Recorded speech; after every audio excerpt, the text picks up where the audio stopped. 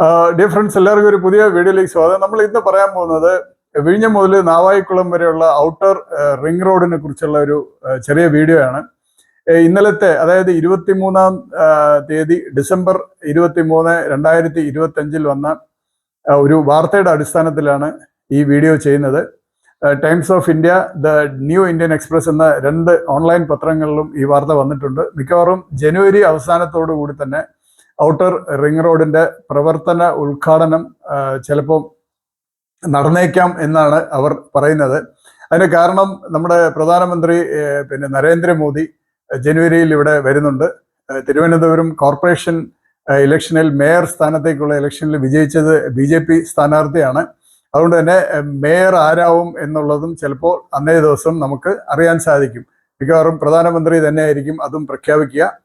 അപ്പോൾ outer ring റോഡിനെ കുറിച്ച് നിങ്ങൾക്കെല്ലാം അറിയാവുന്ന പോലെ തന്നെ ആയിരക്കണക്കിന് കുടുംബങ്ങളാണ് ഇതുകൊണ്ട് ഇപ്പോൾ ദുരിതം അനുഭവിക്കുന്നത്.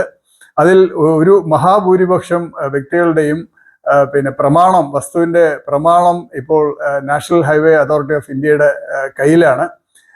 ഏകദേശം 3 വർഷം കഴിഞ്ഞിട്ട് പോലും ഈ ഒരു പ്രോജക്റ്റ് മുമ്പോട്ട് ഇതുവരെ പോയിട്ടില്ല. എന്നാൽ ഈ പ്രോജക്റ്റ് അവസാനിപ്പിച്ചിട്ടും ഇല്ല എന്നുള്ളതാണ് ദുഃഖകരമായ ഒരു കാര്യം.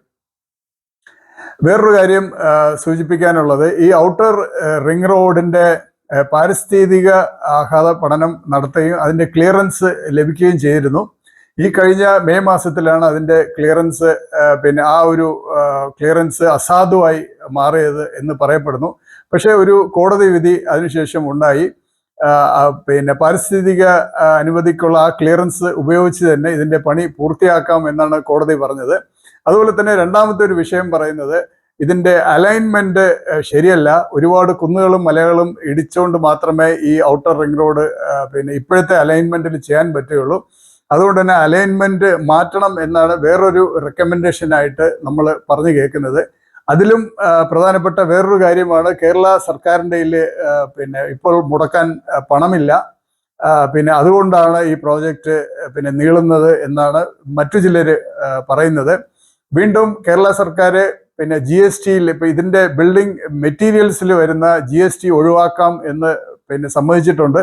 അതുപോലെ തന്നെ ഇതിന്റെ കോസ്റ്റ് ഷെയർ ചെയ്യുന്നതിൽ സർക്കാർ 25%, കേരള സർക്കാർ 25%, കേന്ദ്ര സർക്കാർ 75% വഹിക്കാം എന്ന കോൺട്രാക്റ്റിൽ അവർ എത്തിയിട്ടുണ്ട് എന്നൊക്കെ പറയുന്നുണ്ട്. എന്നാൽ പോലും ഈ പ്രോജക്റ്റ് 1 ഇഞ്ച് പോലും മുന്നോട്ട് പോയിട്ടില്ല എന്നുള്ളതാണ്. ഈ മഞ്ഞക്കുറ്റി ഇടുന്നത് ഒഴിച്ചാൽ ഒരു തരത്തിലും ഈ പ്രോജക്റ്റ് മുന്നോട്ട് പോയിട്ടില്ല. ഈ പറഞ്ഞ ആയിരക്കണക്കിന് കുടുംബങ്ങളിൽ നിന്ന്, അതായത് 1.5 സെന്റ് 2 സെന്റും വീടും ഉള്ള ആളുകൾ മുതൽ ഏക്കർ 1-2 ഏക്കർ വസ്തുക്കളുള്ള ആളുകളുടെ പ്രമാണം പോലും ഇപ്പോൾ നാഷണൽ ഹൈവേ അതോറിറ്റി ഓഫ് ഇന്ത്യയുടെ കയ്യിലാണ്. പക്ഷെ എന്നാൽ സ്വന്തം വസ്തു ഉപയോഗിച്ച് ബാങ്കിൽ നിന്ന് ലോൺ എടുക്കാനോ കുട്ടികളെ പഠിപ്പിക്കാനോ അല്ലെങ്കിൽ സ്വന്തം ചികിത്സയ്ക്കുള്ള പണം പോലും കണ്ടെത്താനോ ഇവർക്ക് പറ്റുന്നില്ല. ദുരിതപൂർണമായ അവസ്ഥയിലാണ് അവർ കഴിഞ്ഞു പോകുന്നത്. അപ്പോൾ എന്തുകൊണ്ടാണ് ഈ പ്രോജക്റ്റ് തടസ്സപ്പെടുന്നത്, എന്തുകൊണ്ടാണ് ഈ പ്രോജക്റ്റ് നടക്കാതെ വരുന്നത് എന്നുള്ളതിനെ കുറിച്ച് നമുക്കൊന്ന് പറഞ്ഞു പോവാം. ഇതുപോലത്തെ ഒരു മെഗാ പ്രോജക്റ്റ് നടപ്പിലാക്കാൻ സെൻട്രൽ ഗവൺമെന്റിനെ സംബന്ധിച്ചിടത്തോളം, ഇന്ത്യയുടെ സെൻട്രൽ ഗവൺമെന്റിനെ സംബന്ധിച്ചിടത്തോളം വലിയ ബുദ്ധിമുട്ടുള്ള കാര്യമല്ല. ഇപ്പോഴത്തെ എല്ലാ പ്രോജക്റ്റുകളും അതായത് അതിന്റെ കൺസ്ട്രക്ഷൻ കഴിഞ്ഞ ഉടനെ തന്നെ അതിൽ 4, 5, 6 ടോൾ ബൂത്തുകൾ വെച്ചുകൊണ്ട് എത്ര 1000 കോടിയാണോ ഗവൺമെന്റ് മുടക്കിയത് അതിന്റെ 10 മടങ്ങ് പണമാണ് അവർ 1, 2, 3, 4, 5 വർഷം കൊണ്ട് തിരിച്ചു പിടിക്കുന്നത്. അതുകൊണ്ട് തന്നെ ഗവൺമെന്റിനെ സംബന്ധിച്ചിടത്തോളം ഇതുപോലത്തെ ഒരു മെഗാ പ്രോജക്റ്റ് ഫൈനാൻസ് ചെയ്യാൻ ബുദ്ധിമുട്ടുള്ള കാര്യമല്ല.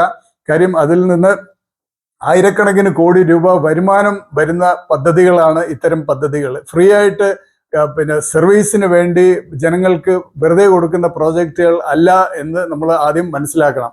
അതുപോലെ തന്നെ ഇതിന്റെ അലൈൻമെന്റിന്റെ കാര്യം ഇപ്പോൾ പറയുന്നുണ്ട്.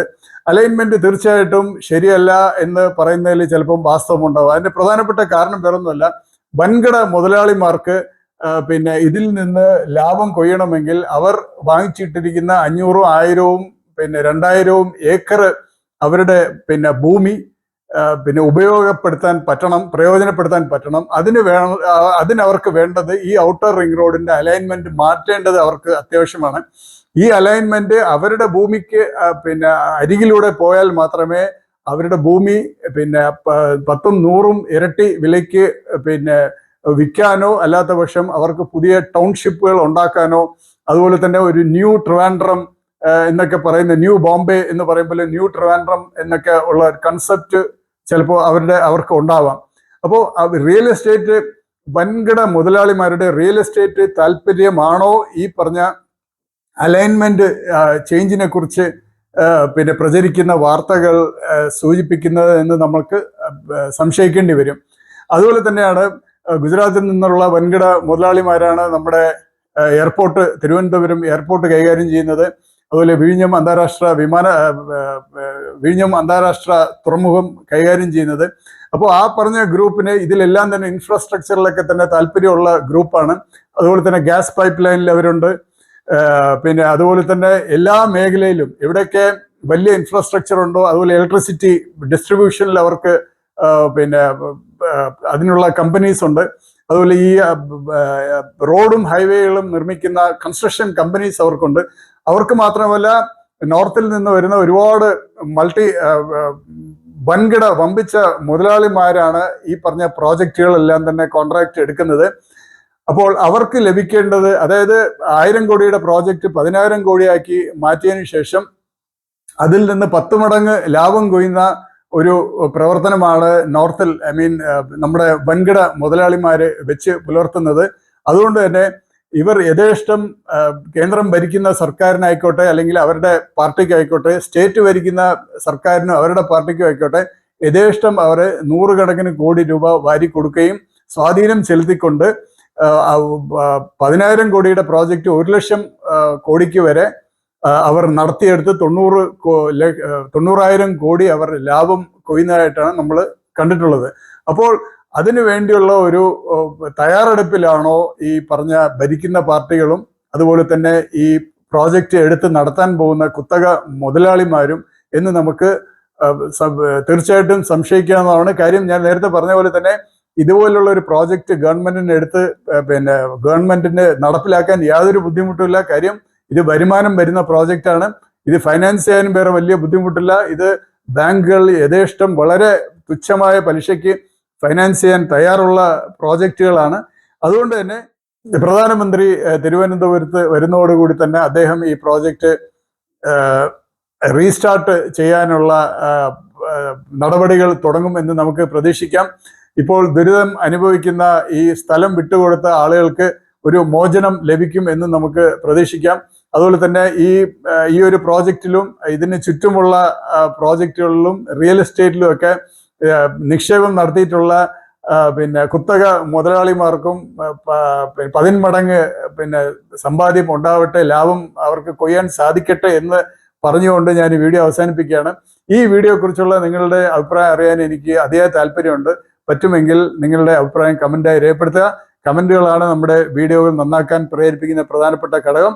വീണ്ടും നല്ലൊരു വീഡിയോയുമായിട്ട് നിങ്ങളുടെ മുമ്പിൽ വരാൻ ശ്രമിക്കാം. അതുവരേക്ക് ഗുഡ് ബൈ.